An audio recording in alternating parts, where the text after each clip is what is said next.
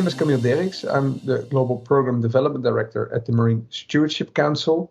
We're a global not-for-profit standard setter for sustainable seafood. And I was asked here at the opportunity of the Vita Fair, Vita Foods 2022, to give you an overview of the sustainability of omega-3 and other marine ingredients. I'll start off with a bit of a context on the production and consumption of seafood, why sustainability is important in the industry, what the MSC concept entails, and then I'll go into how the system is being used by the seafood industry and in the supplement sector, starting off from a perception perspective by consumers, moving to the market, and then over to the actual impact in fisheries and in the water. So without further ado, I'll go over to the context. Seafood is an enormous industry. Worldwide, 179 million tons of fish is produced, about half of which is roughly from wild capture fisheries, or 54% nowadays, and therefore 46% originates from aquaculture operations. Out of that production of wild capture, 28% of the landings is by small pelagic fisheries, fisheries that target species living in the water column, and the majority of that is actually used for the production of human consumption. But a significant proportion of it, 19%, is also used for the production of fish meal and fish oil. Out of all the wild capture produced, 19% ends up as being reduced. And the first-hand value of that reduced product that is sold is about $5 billion a year goes to fish meal, and $2 billion a year goes to fish oil. When it arrives at the consumer market, however, the fish oil market is worth an estimated $30 billion a year. So that's sort of the overview. It's an enormous sector, a lot of production, a lot of consumption, and very valuable. But this is a valuable marine resource that is under pressure. Overfishing and the associated ecosystem impacts on the oceans are simply gigantic. The United Nations Environmental Programme has once titled it the biggest environmental challenge after climate change. And that is expressed also by the United Nations Food and Agriculture Organization's estimates on the status of fish stocks, where now 34% of global stocks for which data is available, the estimation is that these are overfished. And an increasing proportion of stocks is fully used, and fewer stocks are actually underutilized. That simply implies there's more fishing pressure than ever before. Another key stressor for the oceans is climate change. Climate change essentially means oceans are getting warmer, and under the current scenarios of 1.5 to 3 degrees temperature rise, the impacts are almost catastrophic. Up to 1.5 degrees, it's still somewhat manageable. Stocks would move out of their traditional distribution zones and would, because of that, perhaps grow or contract in abundance. But beyond that 1.5 degree, the impacts are far more rigorous. Not only would stocks be moving out of their traditional boundaries of distribution, but entire reef ecosystems would potentially die off. Too warm water is something that reefs cannot handle. They would bleach, and the reef ecosystems and associated life would essentially be decimated. We also see the ocean is getting more acidic.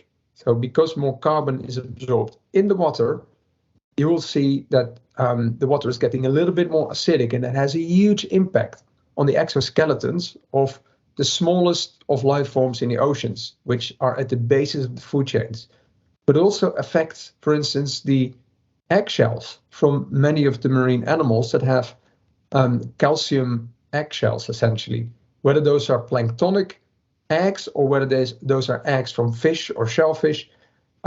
These will become thinner and probably weaker, and therefore survival rates may be lower. All these pressures on the oceans are happening in the context of more and more people in need of more and more protein. This year, world citizen number 8 billion will be born. We are moving towards 10 billion by 2050. which is an incredible number of mouths to feed. And obviously, unless we manage our common resource, the oceans, sustainably, finding sustainable protein sources is going to be a bigger challenge. So moving into solutions, obviously fisheries management is at the heart of making sure that fish stocks can continue to be productive resources for the future and that ecosystems can continue to thrive. But management by states is not enough. Companies can do a lot here as well. Fishing companies, but also those that buy from fishing companies, processors, and ultimately retailers and brands. And when doing so, these need to source sustainably. And that's where concepts like the Marine Stewardship Council come into play. We are a global, not-for-profit, mission-driven organization that sets standards and uses an eco-label to recognize and reward sustainable fishing practices and to influence the choice people make when buying seafood. And working with our partners, we try to transform the seafood industry to a sustainable basis. And so through a market demand for MSC certified sustainable seafood, we hope to deliver a contribution to the oceans becoming healthy again. And the MSC conceptually does a number of things. We set fishery standards. We're widely recognized as setting a world-leading standard, defining sustainability for wild capture fisheries. We set chain of custody standards, leading international standards for seafood assurance throughout the supply chain, keeping MSC and non-MSC products separate, so credible claims can be made on pack. And we also set now a standard together with our sister organization in aquaculture, the ASC, a seaweed standard for environmentally sustainable and socially responsible seaweed and microalgae production. And how it works is that a firm, a fisheries firm or a farm would be publicly tested against the MSC standards by an independently accredited auditor. These conclude if the fishery or farm meets the MSC or ASC standards. If so, these products can be sold into the supply chain as certified.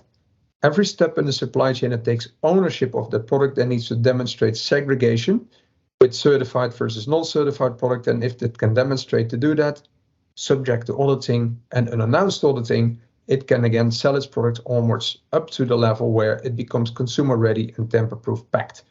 At which level we hope an eco-label is used on pack, so consumer products can easily be identified in the market as certified and originating from a certified sustainable or responsible origin.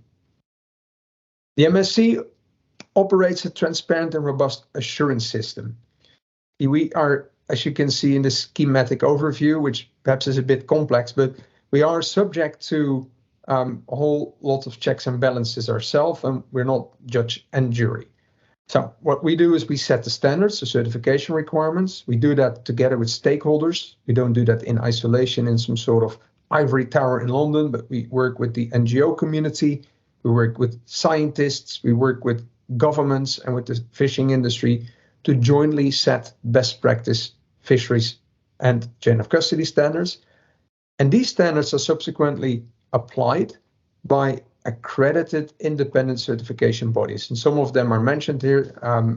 So we call them conformity assessment bodies, CABs in this scheme. You see some of those that have a valid accreditation from a body called Assurance Services or Accreditation Services International.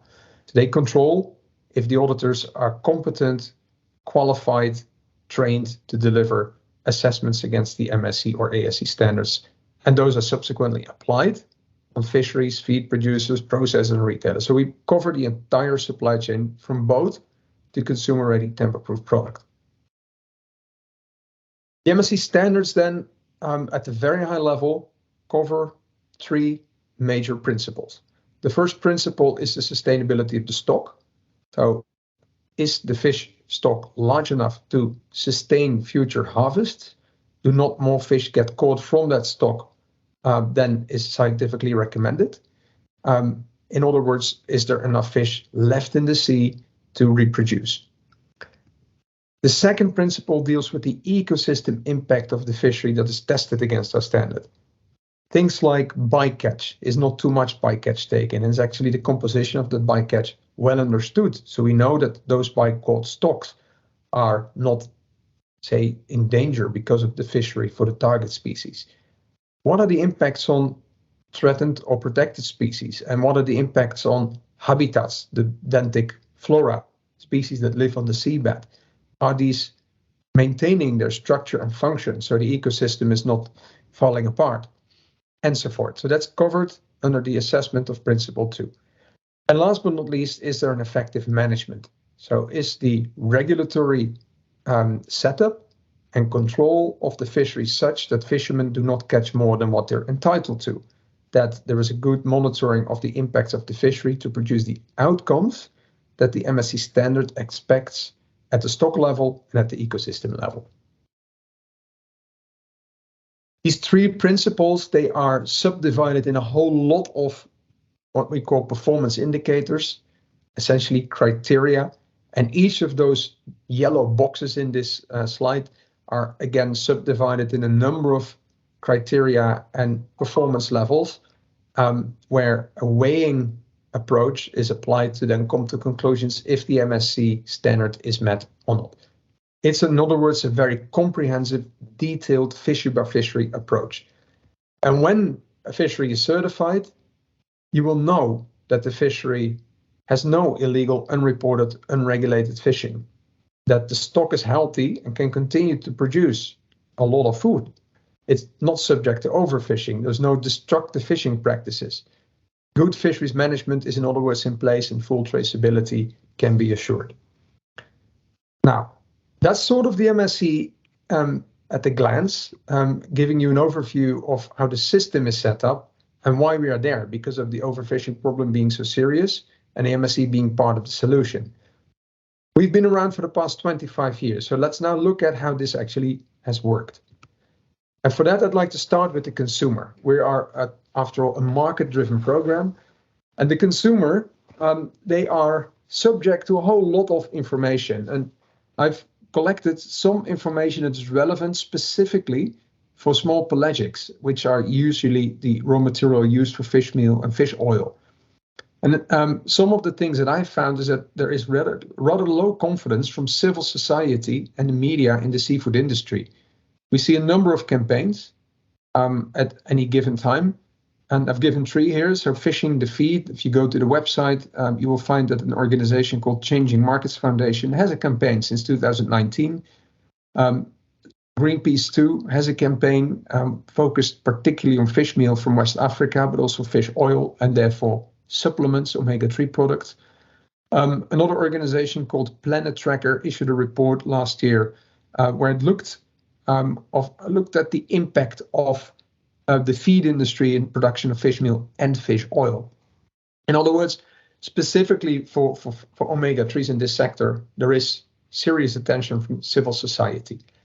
And consumers' perceptions is one of concern. This is one of the slides from our GlobeScan research that we ran early this year, so 2022. And we can see consumers are concerned about pollution of the oceans, overfishing, climate change, and a whole suite of other things. But overfishing being still one of the most prominent concerns of consumers shows that this is a topic that needs attention. If you look at the perception of consumers on what they can do and what different organizations can do to help protect and contribute to protecting the world's oceans, they mention NGOs and scientists and independent certification organizations as those that can do most. And the MSC considers itself not just an independent certification organization, we're actually a mission-driven NGO, and we're actually setting science-based standards. So we're really up on the left there, NGO, scientist, independent organization. If you then look at the GlobeScan results of this year, ran across some 25,000 seafood consumers, you see that the awareness of the MSC label continues to grow from 2016, 37% to 2022, 48%.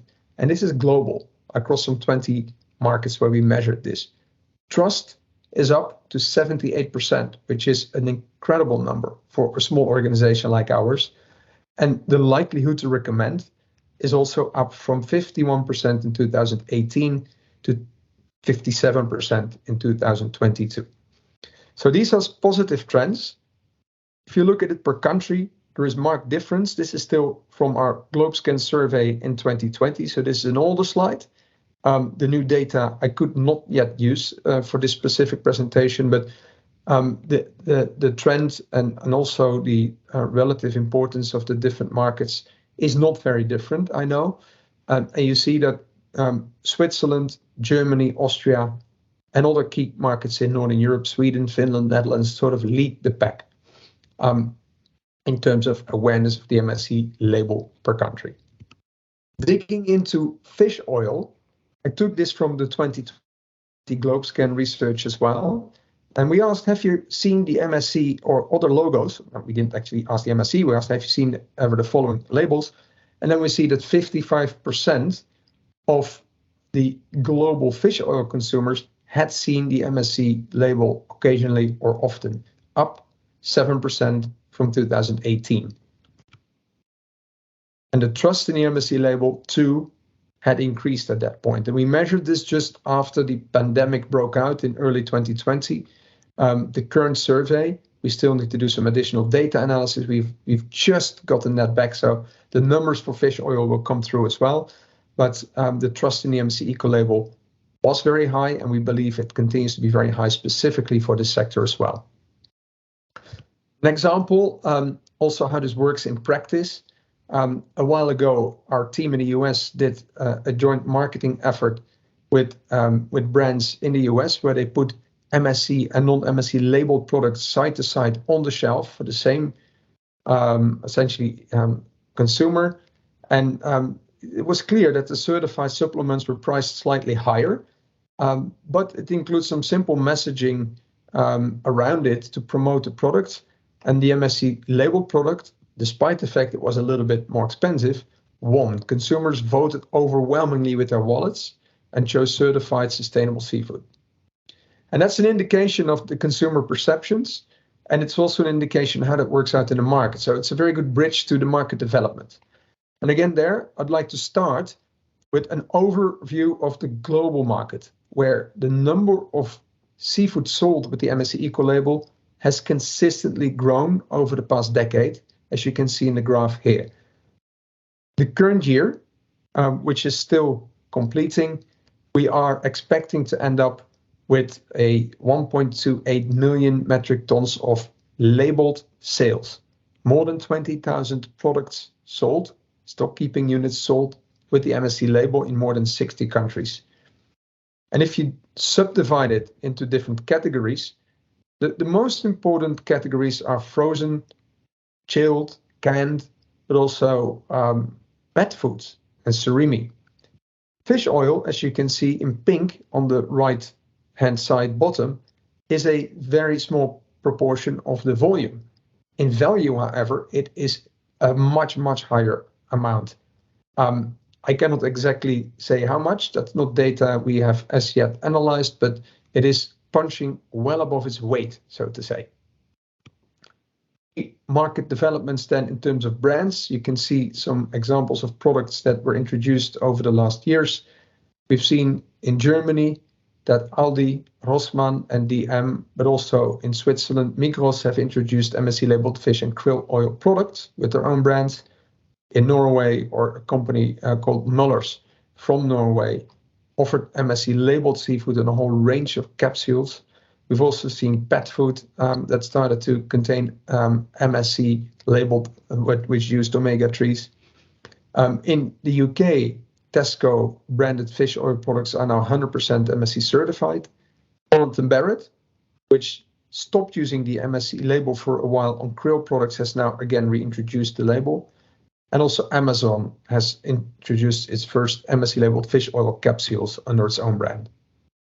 If you look then specifically at labeled supplement products, the latest information from our database shows that we see a consistent growth between the first fish oil products that were labeled in 2010 And in the last full year, 2021, we had 513 MSC labeled SKUs that were deemed fish oil or krill oil. Main supplement products are still krill, where you can see that has been the biggest category for a number of years. But pollock is making inroads. Pollock is probably becoming the number one if this trend continues, followed by cod. Then there's a whole mix of species, so fish oils produced out of potentially trimmings, for instance, different salmon species, and then a number of smaller categories, anchovy, herring, and tuna. Now, all that market demand and essentially value created for sustainable seafood, that pulls fisheries into certification. And over the last full year, we saw that about 14% of worldwide catch was certified.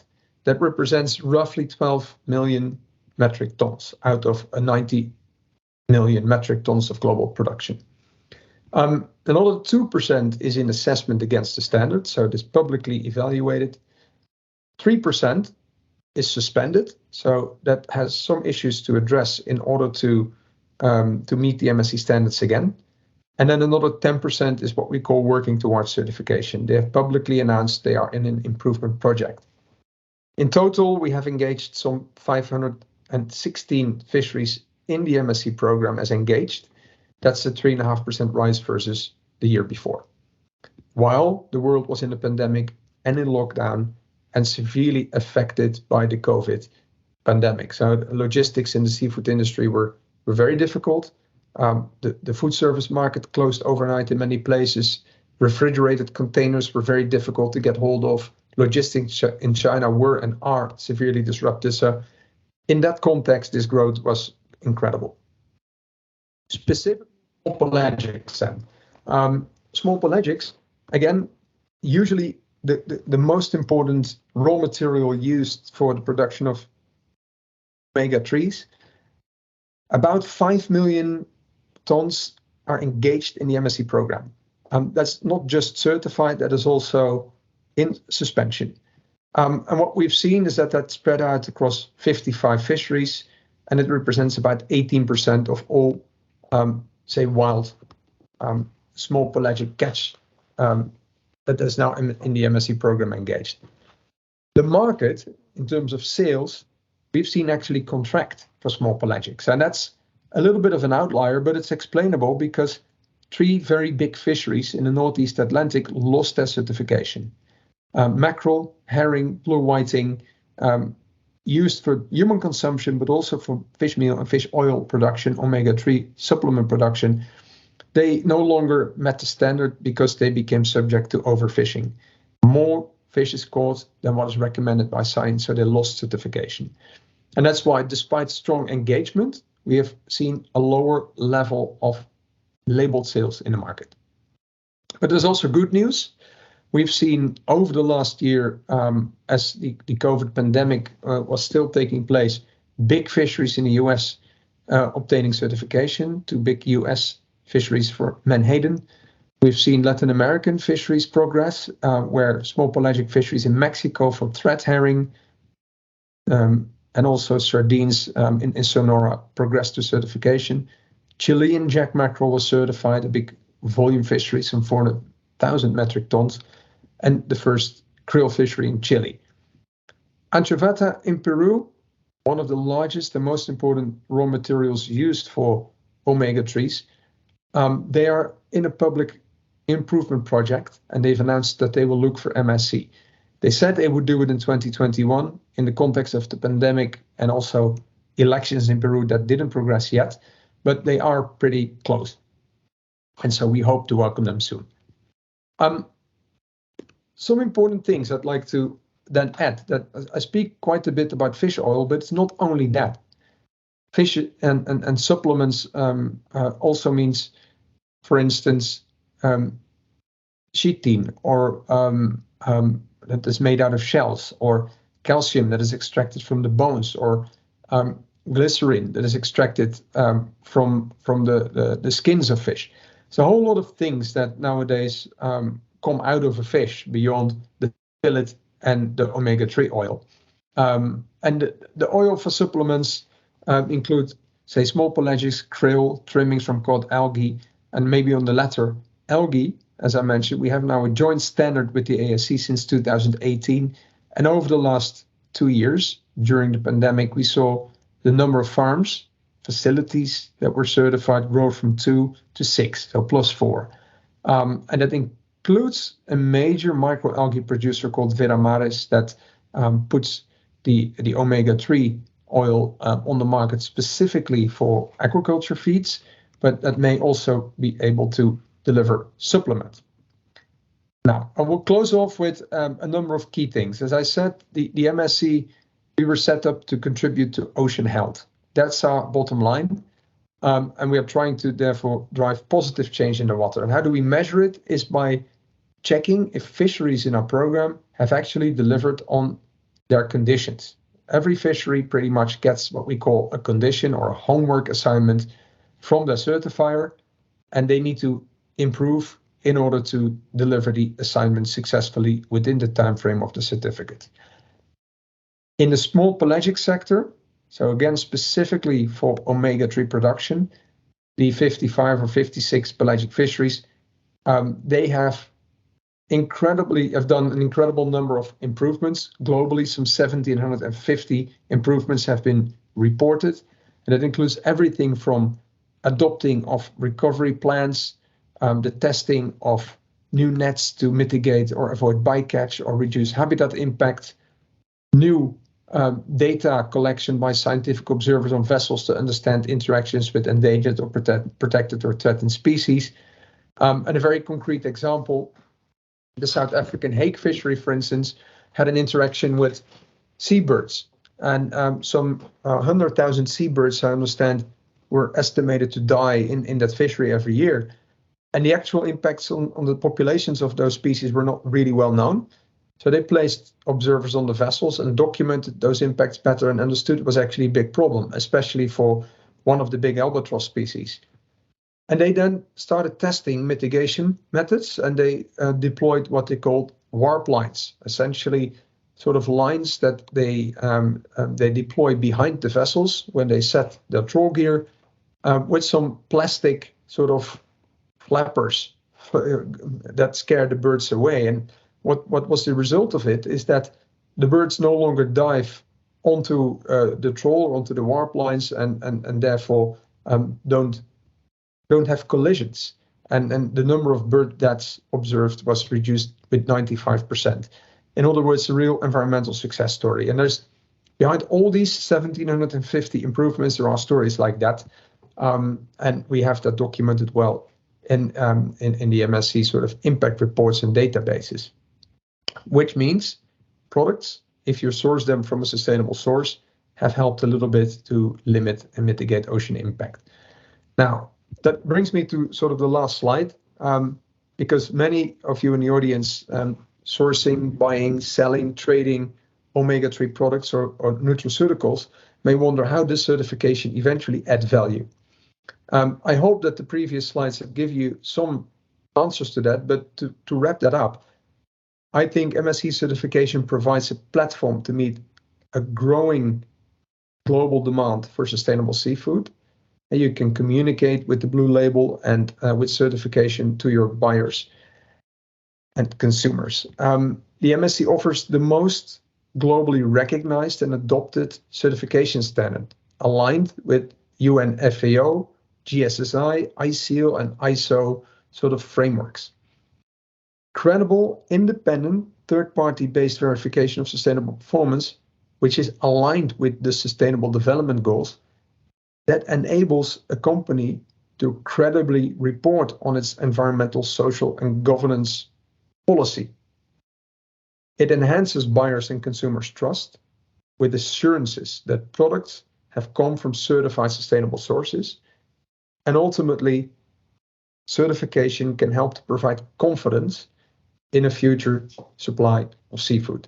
It indicates that business is well managed, that sourcing and selling seafood comes from legally and sustainably well-managed sources.